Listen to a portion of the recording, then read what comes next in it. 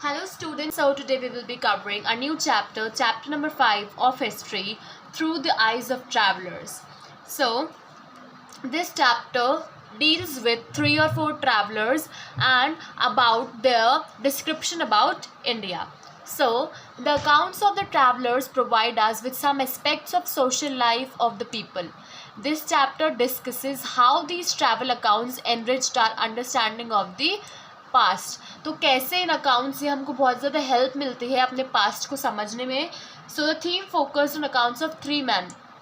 तो बेसिकली यहाँ पर 3 मैन के बारे में 3 मैन जो है उन्होंने जो डिस्क्राइब करा है इंडिया को, उनके बारे में हम पढ़ेंगे इस चैप्टर में basically. So first was Al-Biruni, second is Ibn Battuta and then is Francois Bernier. So these are the 3 man whom we will be discussing in this chapter. So travel accounts and reconstruction of Indian history from 10th to 17th century. तो 10th to 17th century की बात हो रही है इस chapter के अंदर. So the accounts of the foreign travelers are helpful in reconstructing the history of India from 10th to 17th century. Most of the travelers came from vastly different social and cultural environment. तो ज़्यादातर जो travellers थे वो बहुत ही different social cultural background से आते हैं. So they are very more attentive to everyday activity. So जो डेली एक्टिविटीज़ हो रही है उन सब के अंदर भी बहुत ज़्यादा अटेंटिव होते थे. वो देखते थे ये कैसा है यहाँ से और हमारी कंट्रीज से अलग है.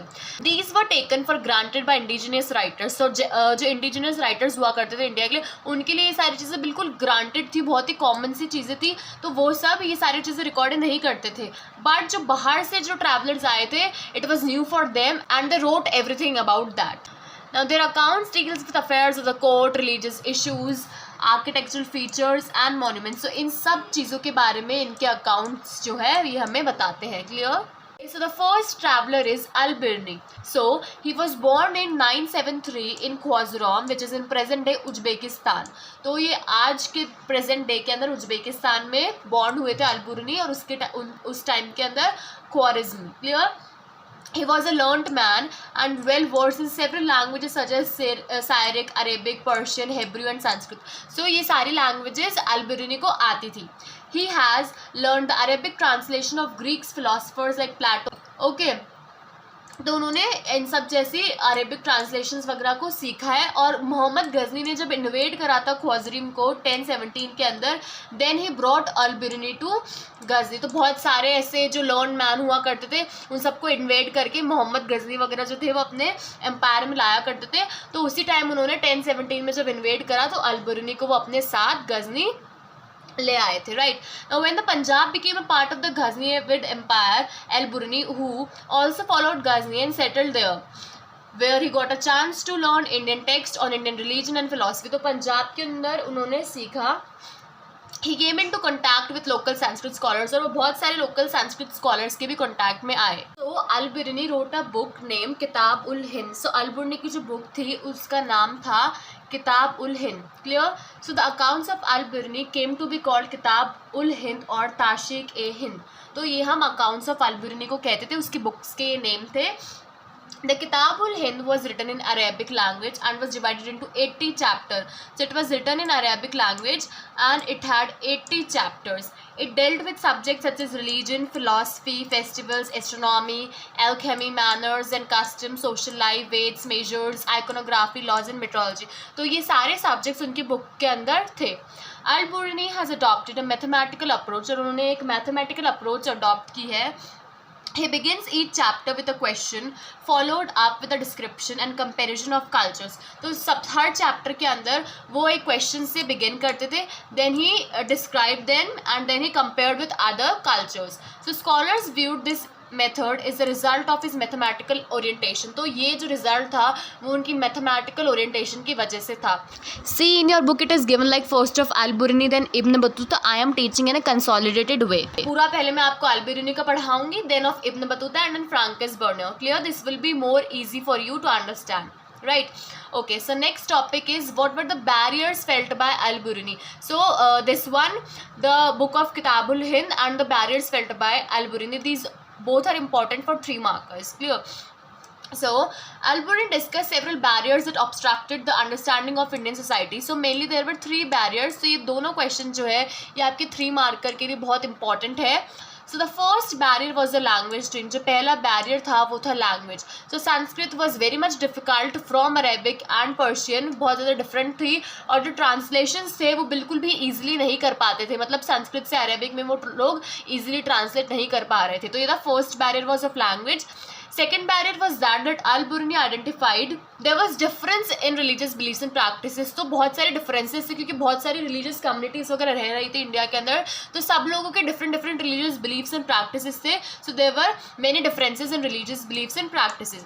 Now the third barrier, so it was of the self-observation and consequent insularity of the local population. मतलब कि वो खुद में ही बहुत ज़्यादा absorbed रहते थे और दूसरों को मतलब वो लोग इतना अटेंशन वगैरह नहीं देते थे, right.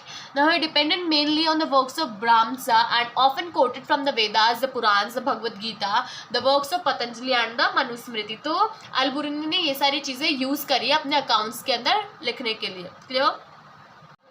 Next is how Al-Biruni described caste system. So Al-Biruni's description of caste system. तो उन्होंने कास्ट सिस्टम के बारे में क्या कहा है कि इंडिया के अंदर कैसा कास्ट सिस्टम था. So he tried to explain the caste system by comparing it with other societies. तो उन्होंने सबसे पहले कंपेयर करा. तो जो भी ट्रैवलर्स वगैरह थे कंपेयर करते थे खुद की सिटी से या उन्होंने जो भी पहले देखा है उसको इंडिया से. So he compared with other societies. So he said that in ancient Persia there were 4 social categories: knights and princes, monks, fire priests, lawyers, physicians, astronomers and other sciences. तो 4 social categories होती थी. He tried to understand that social divisions were not unique to India. तो जैसा कि वहाँ पर 4 social categories होती थी वैसा ही इंडिया के अंदर था, तो कुछ ज़्यादा डिफरेंस नहीं था सोशल डिविजन्स के अंदर. ही पॉइंटेड आउट दैट, उन्होंने एक मेन चीज़ पॉइंट करी कि इस्लाम के अंदर सारे जो मैन हुआ करते थे were considered equal, only there was difference only in the observance of piti. He described about the 4 varnas such as Brahman, Kshatriya, Vaishya and Shudra. उन्होंने 4 वर्णा के बारे में बताया. But he did not accept the brahmanical notion of pollution. जो Brahminical notion था pollution का उसको वो बिल्कुल भी एक्सेप्ट नहीं करते थे.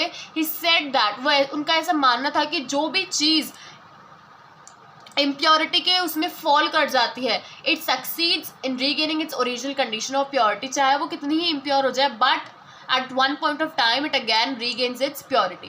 Just like the sun cleanses the air, the salt in the sea prevents the water from becoming polluted. जैसे ये होता है वैसे ही हर कोई चीज़ जो इम्प्योर है वो प्योर अपने आप थोड़े टाइम बाद हो जाती है. तो वो डिसअप्रूव करते थे जो ब्राह्मणिकल नोशन था पोल्यूशन का. क्लियर है. According to him the notion of pollution which was intrinsic to caste system was against the laws of nature. उनके हिसाब से बिल्कुल गलत था और ये लॉज ऑफ नेचर के बिल्कुल अगेंस्ट था. Al-Biruni's description of the caste system was deeply influenced by his familiarity with non-native Sanskrit texts which laid down the rules governing the system from the point of view of the Brahmins. तो ये सब जो चीज़ें थी वो influence थी इनके साथ में सांस्कृतिक जो टेक्स्ट वगैरह हुआ करते थे. क्लियर है. So our next traveler is Ibn Battuta and he was also known as the Globetrotter. He came from Morocco in the 14th century. तो ये 14th century में आए थे और ये कहाँ से आए थे? मोरक्को से आए थे. He was an African traveler. So he was born in Tangier. He learned literature and other scholarly works at his young age. So उन्होंने बहुत ही young age पे ये सारी चीज़ें learn कर ली थी. He considered that knowledge gained through travels is more important source than books. इनका जो मानना था कि जो नॉलेज ये लोग ट्रैवल से गेन कर सकते हैं वो बुक्स रीड करने से इनको नहीं मिल सकती है. Clear. He love travelling and went far off places exploring new worlds and peoples. तो ये बहुत सारी जगह ट्रैवल करते थे, बहुत अलग अलग जगहों पर ये जाते थे. Before his visit to India he had made pilgrimage to Mecca, travelled extensively in Syria, Iraq, Persia, Yemen, Oman and a few trading ports. तो इन सारी जगहों पर उन्होंने ट्रैवल करा हुआ है पहले से. He was able to get the reputation of the sultan of Delhi Muhammad bin Tughlaq. तो आपको ये भी लर्न करना पड़ेगा कि मोहम्मद बिन तुगलक किससे एसोसिएटेड थे? इब्न बतूता से. एंड वो मोहम्मद ऑफ गजनी वो किससे एसोसिएटेड थे? अल-बिरूनी से. Right. So the sultan was impressed by the scholarship of Ibn Battuta and appointed him as the qazi और जज ऑफ दिल्ली. तो जो सुल्तान थे Muhammad bin Tughlaq he was very much impressed by Ibn Battuta. वो बहुत ज़्यादा इम्प्रेस थे इनसे तो उन्होंने उसको काजी या फिर एज अ जज बना दिया था दिल्ली का. ही रिमेन्ड जज फॉर मेनी ईयर्स. अब वहाँ पर वो बहुत टाइम के लिए जज रहे. The sultan appointed him as his ambassador to China. During his journey to China he also visited the Malabar coast, Maldives, Bengal Assam and Sumatra. तो उन्होंने ये सारी प्लेसेस भी विजिट करी during his journey to China. Clear? Rihla was a book of Ibn Battuta. Ibn Battuta की जो book थी उसका नेम था रिहला। सो Ibn Battuta's book of travels called Rihla was written in Arabic. So it was written in Arabic and it provides a social and cultural life in the subcontinent in the 14th century. तो ये social and cultural life के बारे में बताती है 14th century की. He carefully recorded his observations about new cultures, peoples, beliefs and values. से इसका बहुत ही आपको short सा दे रखा है, आपको सिर्फ book का name याद रखना है. तो इब्न बतूता ने कोकोनट और पान को भी डिस्क्राइब करा है अपने एनालॉग्स वगैरह के अंदर. So the best example of Ibn Battuta strategies of representation are clear in the ways in which he describe the coconut and the paan. Two kinds of plant produce that were completely unfamiliar to his audience. उनके audience मतलब कि जहाँ से वो आए थे उनके लिए बहुत ही डिफरेंट था कोकोनट और पान. तो कोकोनट को वो ऐसे समझते थे कि जैसे किसी का हेड हो वो, right. So these were the differences he observed. So he was very much unfamiliar with these two items. Clear? Next is Ibn Battuta and Indian cities. So how Ibn Battuta has described Indian cities. So Ibn Battuta, he found the cities in the subcontinent full of exciting opportunities for those who have the necessary skills and resources. तो जिनके पास resources और skills थे उनके लिए जो subcontinent था उसमें बहुत सारी exciting opportunities available थी. The cities were densely populated and prosperous. So the cities, they were densely populated and prosperous. Cities were disrupted during wars, invasions. तो वैसे densely populated रहती थी cities और prosperous भी थी except for invasions वगैरह जब हो जाते थे. His account said that streets in many cities they were crowded and bright color markets were full of many varieties of goods. तो उन्होंने दिल्ली को एक वास्ट सिटी बताया है ग्रेट पॉपुलेशन के साथ and it is the largest in India. It is the largest city in India. Bazaars are not only places of economic transaction but also the hub of social and cultural activities. So सिर्फ वहाँ पर economic transactions ही नहीं होते हैं but it is also the hub of social and cultural activities. Clear? Now many bazaars, they had a mosque, a temple with spaces. He noted that the cities obtained its wealth from villages. तो villages की वजह से cities को अपनी wealth मिलती है. This was because of the agricultural production with 2 crops a year. तो वहाँ पर 2 crop एक साल में उगाई जा सकती है. He says that there was a great demand for Indian textiles like cotton cloth, fine muslin, silk, brocade and satin जो कि rich elites वगैरह ही wear करा करते थे. He further says that certain varieties of fine muslin were so expensive that could be worn only by the nobles and the rich. ये हमने अभी बताया आपको. तो एग्रीकल्चर बहुत ज़्यादा अच्छा था, फर्टाइल लैंड वगैरह अवेलेबल थी इंडिया के अंदर. Now Ibn Battuta has also described the communication system. So a unique system of communication. There was a unique system of communication. Clear? So almost all trade routes were supplied with inns and guest houses. So जितने भी routes होते थे trade routes वहाँ पर inns मतलब कि जो guest house hotels type जो होते हैं वो वहाँ पर हुआ करते थे. He was amazed by the efficiency of the postal system. वहाँ का कैसा जो बहुत अच्छा efficient postal system था इस टाइम पर. The postal system was of 2 kind. So 2 तरह का पोस्टल सिस्टम था. वन वाज उलुक जो कि था हॉर्स पोस्ट. ठीक है, हॉर्स के थ्रू मैसेजेस वगैरह फिर पार्सल्स वगैरह जो इधर से उधर या पास ऑन होते थे. अनदर वाज दावा जो कि था फुट पोस्ट. इसके अंदर क्या होता था 2-3 जगह सर्टेन इंटरवल्स पे खड़े हो जाते थे and then they pass on the messages और the parcels, right. So this system enabled merchants to send information, remit credit across long distances and to dispatch goods required at short notice. तो इस unique system of communication की वजह से बहुत सारे advantages मिले merchants को, right? Next is Francis Bernier. So he was a doctor with difference. So what was the difference? Let's see. So he was French by birth and a doctor by profession. तो वो एक French थे, Frenchman थे वो एक, and he was a doctor by profession. He was a political philosopher and historian. और वो एक political philosopher और हिस्टोरियन भी थे. He came to the Mughal empire in search of opportunities. और वो मुगल एम्पायर क्यों आए? Because he was searching for opportunities. He lived in India for 12 years from 1656 to 1660. तो 12 years के लिए वो इंडिया में रहे. He was a physician to prince Dara Shukoh, eldest son of emperor Shah Jahan, and intellectual scientist with Danishmand Khan and Armenian noble at the Mughal court. तो वो physician थे शाहजहाँ के बेटे के and also he worked in noble Mughal court, right? Now Bernier traveled to different parts of the country, तो बहुत अलग अलग parts में travel करा है उन्होंने. He wrote accounts based on his own observation, और खुद के observation के base पे उन्होंने accounts लिखे हैं, and उन्होंने अपने accounts को जो है वो compare करा है यूरोप की situation से. He dedicated all his works to Louis XIV. Louis XIV को उन्होंने अपने सारे works वगैरह जो है वो dedicate करे हैं, तो it is an important MCQ. His works were published in France, तो उनके जो वर्क वगैरह है वो फ्रांस में पब्लिश किए गए थे and translated into English, Dutch, German, और इन सब में उनके वर्क जो है ट्रांसलेट किए गए हैं. नाउ बर्नियर्स बुक, अब इनकी कौन सी बुक थी? So Bernier's travels in the Mughal empire. So this is the name of the book. It is important MCQ के पर्सपेक्टिव से.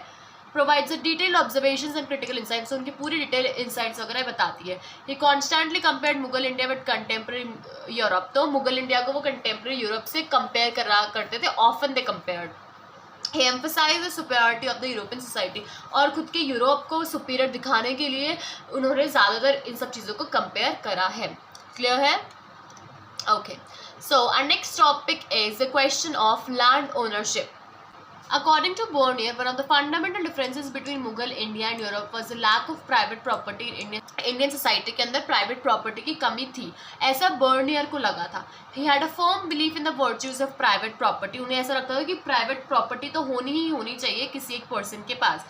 Crown ownership of land was harmful for both state and people. जो crown ownership है मतलब कि राजा के पास सारी जो land है वो harmful रहता है state के लिए भी और उसके people के लिए भी.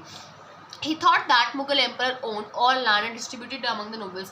और बोर्नियर को ऐसा लगता था कि मुगल एम्पर के पास सारी लैंड हुआ करती थी और वो अपने नोबल्स के अंदर डिस्ट्रीब्यूट करता था इन सारी चीज़ों को. अगर लैंड जो है वो क्राउन ओनरशिप के अंडर है, so it could not be pass on their children, तो लैंड पास ऑन नहीं हो सकती है. So they were averse to any long term investment in sustenance and expansion of production, तो वहाँ का प्रोडक्शन वगैरह भी इंक्रीज नहीं हो सकता है. The absence of private property prevented the emergence of class of improving landlords. So जो landlords हैं उनकी भी क्लास इंप्रूव नहीं हो पा रही थी, जैसा उनका स्टैंडर्ड था वैसा ही रहा था, बिल्कुल भी इंक्रीज नहीं हो पा रहा था. It had ruined the agriculture and oppressed the peasants, and the living standards of all sections of society declined except the ruling aristocracy. तो सबकी जो लाइफ है वो ruin हो गई है, एग्रीकल्चर बहुत ही ruin हो गया है, and oppressed the peasants and the living standards of all sections in the society. Clear? Now Bernier's description of the social condition of India, तो Bernier ने कैसा डिस्क्राइब करा है इंडिया के अंदर? So described society as consisting of undifferentiated masses of very rich and powerful ruling classes. तो undifferentiated है, very rich और बहुत सारे powerful ruling classes भी है. There is a wide gap between the poorest of poor and richest of the rich. He says that there is no middle state in India. तो India के अंदर कोई middle state, India के अंदर कोई middle state नहीं है. Rich बहुत ज़्यादा रिच है एंड पुअर बहुत ज़्यादा पुअर है. Clear? Bernier's description on the Mughal emperor and his subjects. So how Bernier has described the Mughal emperor and his subjects. So Bernier described the Mughal empire as the king of beggars and barbarians. तो ऐसा describe करा है Bernier ने. Its cities and towns, they were ruined and contaminated with ill air.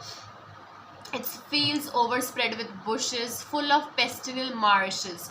He attributed all these problems to the crown ownership of land. और जितनी भी problems ये सब जो थी वो crown ownership की वजह से थी. Bernier says that there was a practice of crown ownership of land, no private ownership of land. तो crown ownership थी only और वहाँ पर कोई भी no private ownership. But none of the Mughal official documents show that the state was sole owner of land. But ऐसा कहीं पर भी लिखा नहीं है ऑफिशियल डॉक्यूमेंट्स के अंदर कि जो स्टेट था उसके पास सारी लैंड हुआ करती थी.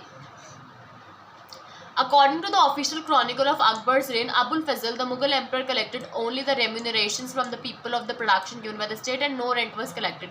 Bernier regarded the remuneration as land revenue since it was very high sometimes. तो शायद Bernier ने ये सब चीज़ें मिस इंटरप्रेट कर ली है, क्योंकि ऐसा कोई भी सोर्सेस या कोई प्रूफ नहीं मिला है कि जो सारी स्टेट की जो लैंड हुआ करती थी वो जो एम्पायर थी उसके अंडर हुआ करती थी. रादर वो रेवेन्यू हुआ करता था जो शायद बहुत ज़्यादा हाई था, इसलिए बर्नियर ने उसको एज अ जो लैंड का जो रेंट है वो मान लिया था. Now the idea of Oriental despotism. So Bernier's descriptions of land ownership, they were influenced by Western theorists from 18th century onwards. For instance, the French philosopher जो कि थे Montesquieu used Bernier's account and developed in the idea of Oriental despotism. तो Montesquieu ने उसके books वगैरह use करे and he developed the idea of Oriental despotism. Then according to this idea in Asia, the Orient or the East, the kings enjoyed absolute authority over his subjects and owned all lands. तो ये जो idea था oriental despotism का, इसका क्या मतलब था कि इंडिया के अंदर सारे जो किंग्स वगैरह होते थे उनके पास एब्सोल्यूट अथॉरिटी होती थी उनके सब्जेक्ट्स की and all of the lands.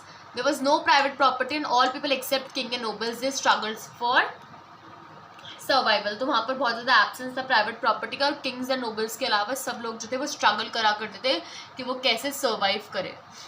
The concept of Asiatic mode of production. So Karl Marx he further developed the idea of oriental despotism as Asiatic mode of production. तो Karl Marx ने भी oriental despotism को Asia का मान लिया था कि शायद ऐसा होता होगा एशिया के अंदर. He observes that before colonialism surplus production was appropriated by the state. उन्होंने ऑब्जर्व करा है. This led to the emergence of society that was composed of a large number of autonomous and egalitarian village communities. The imperial court respected these villages as long as they followed the surplus was continued and Marx regarded as a stagnant system और उसको वो एक stagnant system की तरह regard करा करते थे. Now, a more complex social reality. So Bonner's description, it occasionally hint at a more complex social reality. तो वो complex social reality को hint करते हैं बॉर्नियर के जो descriptions है.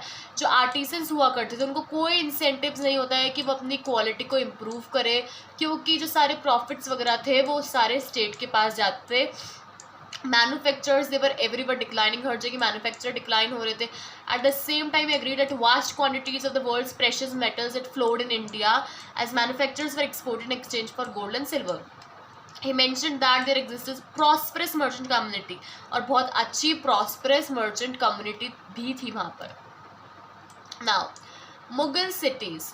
सो अब मुगल सिटीज़ को यहाँ पर डिस्क्राइब किया है. So during the 17th century about 15% जो थे पॉपुलेशन वो टाउन्स के अंदर रहती थी. Bernier describe Mughal cities as camp towns. तो मुगल सिटीज़ को कैंप टाउन्स की तरह डिस्क्राइब किया गया है. They were developed upon imperial patronage और वो इम्पेरियल पैटर्नेज पे डेवलप हो गए थे. सो ऐसे थे वो manufacturing towns, trading towns, port towns, ये सारे काइंड्स ऑफ टाउन्स थे. Now the existence of towns indicates the prosperity of merchant communities and professional classes. So merchants, they had a strong community and they were organized into their own caste cum occupational groups. तो western India के अंदर ये जो groups हुआ करते थे इनको महाजन कहा जाता था. महाजन हमने उसमें पढ़ा था ना, महाजन पदार्थ, तो महाजन कहा जाता था इनको. नेक्स्ट इज स्लेव्स एंड साथी. तो slaves they were openly sold in markets like any other commodity. तो जो स्लेव्स थी वो ओपनली सोल्ड करी जाती थी जैसे कि कोई और कमोडिटी सेल होती है. ठीक है. So when Ibn Battuta reach Sindh, तो जब इब्न बतूता सिंध पहुंचे तो उन्होंने हॉर्सेस, कैमल, स्लेव्स लिए मोहम्मद बिन तुगलक को एज अ गिफ्ट प्रेजेंट करने के लिए. So there was considerable difference among slaves. तो स्लेव्स के अंदर भी बहुत डिफरेंस होता था. फीमेल स्लेव्स जो होती थी, तो सुल्तान थे वो अपने नोबल्स वगैरह पे वॉच रखने के लिए यूज़ करा करते थे. And also they were experts in music and dance. और इब्न बतूता ने ही enjoyed the dance of women slaves in Sultan sisters wedding. Slaves were used for domestic labour. Domestic labour के लिए भी काम आती थी slave. He noted that main and women, जो main and women slaves हुआ करते थे वो प्लैंक्विन्स और डोला भी कैरी करते थे. Price of slaves particularly female slaves required for domestic labour was very low. और जो स्लेव्स की जो प्राइस थी वो बहुत ही कम प्राइस थी. Clear. Now the practice of sati. So Bonner has provided a detailed description of sati in his account. He mentioned that while some women seemed to embrace death cheerfully, others were forced to die. He also noticed the child sati in which a 12-year-old young girl, a young widow, sacrificed. So कुछ उन्होंने examples बताए कि कई शायद अच्छे से embrace कर लेती थी डेथ को, बाकियों को force करा जाता था. And he witnessed a child sati जो 12 years की जो गर्ल थी उसको अपनी लाइफ सैक्रिफाइस करनी पड़ी. अब कैसे वुमेन का जो लेबर था वो इम्पॉर्टेंट था, तो बहुत ही क्रूशल था दोनों एग्रीकल्चर और नॉन एग्रीकल्चर प्रोडक्शन के अंदर. मर्चेंट फैमिलीज़ की जो वुमेन्स वगैरह हुआ करती थी वो कमर्शियल एक्टिविटीज़ में भी पार्टिसिपेट करती थी. तो this is the last thing. इसके अंदर आपको बहुत ही कंसोलिडेटेड वे में बताया गया है कि कौन सा जो ट्रैवलर था वो कहाँ से आया था, कब आया था. जैसे कि let's see, Al-Biruni he came in 11th century from Uzbekistan. And language क्या थी उनकी बुक की, अरेबिक में लिखी गई थी. और क्या नाम था उनकी बुक का, किताबुल हिंद. कौन सा रूलर था उस टाइम, मोहम्मद गजनी. और उन्होंने क्या क्या डिस्कस करा है अपनी बुक्स के अंदर. Then Ibn Battuta he came in 14th century. He was from Morocco and his book was in Arabic. And उनकी बुक का क्या नेम था, रिहला और कौन से रूलर के टाइम पे आए थे, वो थे Muhammad bin Tughlaq was the ruler. और किन किन सब्जेक्ट मैटर्स पे उन्होंने बात करी है, कोकोनट, सिटीज़, ये सारी चीज़ें जो है आप ये लोग देख लीजिएगा। Then Bernier, Francois Bernier, he came in 17th century, he was from France. उनकी जो बुक की लैंग्वेज है वो है इंग्लिश के अंदर उन्होंने लिखी हुई है। And travels in the Mughal empire उनकी बुक का नाम है। शाहजहां औरंगजेब के टाइम पे वो आए थे और किन किन सब्जेक्ट पे उन्होंने बात करी है, right. So that's it for today. If you like the video, do like, share and subscribe to the channel. You can get the PDF of this video lecture on my Telegram channel. Link is given in the description. You can join the channel and have the PDF. Thank you for watching.